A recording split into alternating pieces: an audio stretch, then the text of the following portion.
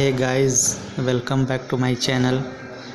This channel is dedicated for UPSC aspirants only और ये 11th class की ancient history जो कि रामशरण शर्मा द्वारा लिखी गई है, जो UPSC के लिए ख़ास है। इसमें मैंने अपने हैंड रिटन नोट्स बनाया हूँ चैप्टर वाइज।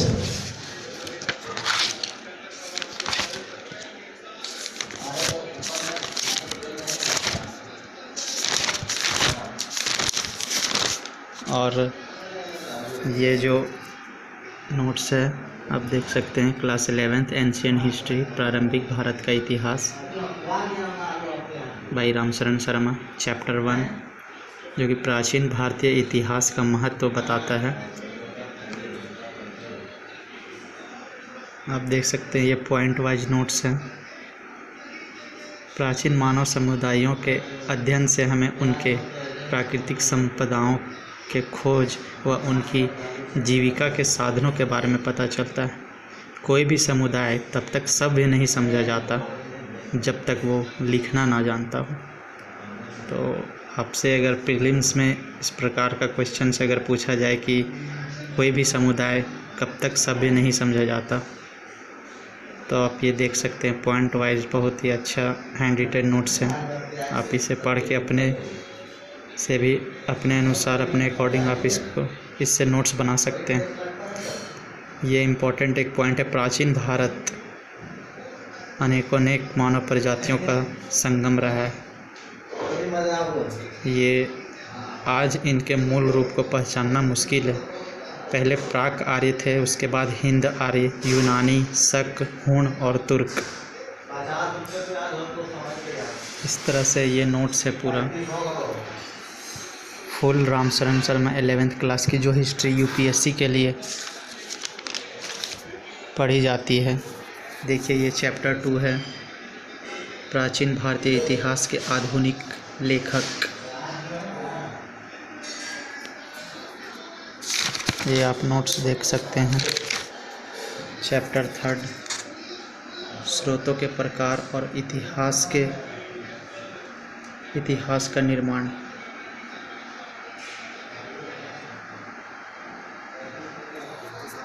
इस तरह से ये पूरा हर एक chapter wise handwritten notes, इससे आप पढ़ के और भी शॉर्ट नोट्स अपने अकॉर्डिंग बना सकते हैं। ये देखिए चैप्टर 12 12th नंबर चैप्टर है, ऋग वैदिक युग हिंद आर्यों का आगमन हुआ कैसे। इसी प्रकार से इसमें टोटल चैप्टर आप देख सकते हैं।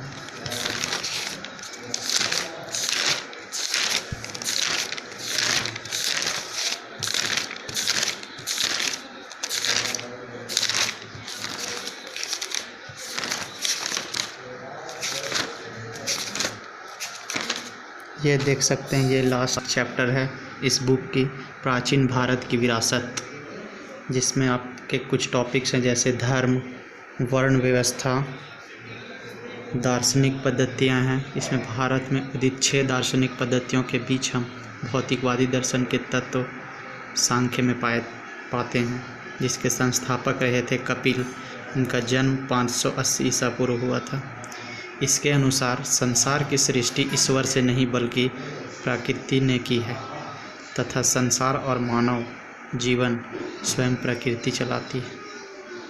देखिए ये भौतिकवादिक दर्शन है, जो कि भौतिकवादी दर्शन को ठोस बनाने के लिए सबसे बड़ा श्रेय चारवाक, जिनका जन्म ईसा पूर्व 6 सदी में जो हुए थे, इन्होंने दर्शन की स्थापना की। लोकायत ये कहलाते थे। इसी तरह से 3rd टॉपिक है इस चैप्टर की, शिल्प और प्रौद्योगिकी।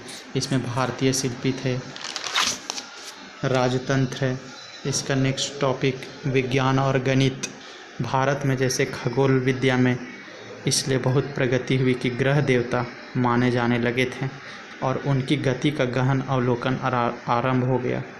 व्याकरण और भाषा विज्ञान का उद्भव इसलिए हुआ कि ब्राह्मण पुरोहित वेद की रचनाओं और मंत्रों के उच्चारण की शुद्धता को बहुत महत्व देते थे। इस प्रकार से ये लास्ट चैप्टर है आपका। इसमें आपके टॉपिक्स हैं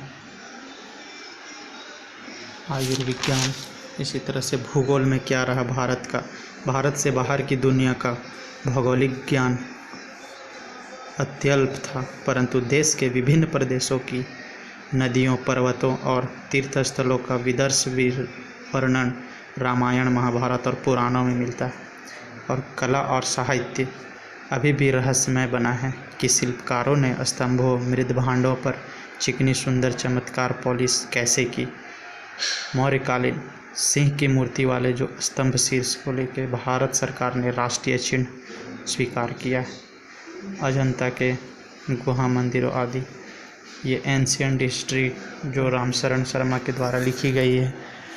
ये बुक्स का टोटल नोट्स हैंड रिटन है, हर एक चैप्टर वाइज ये बुक से लिखा हुआ नोट्स है, हर एक लाइन बाय लाइन पढ़ के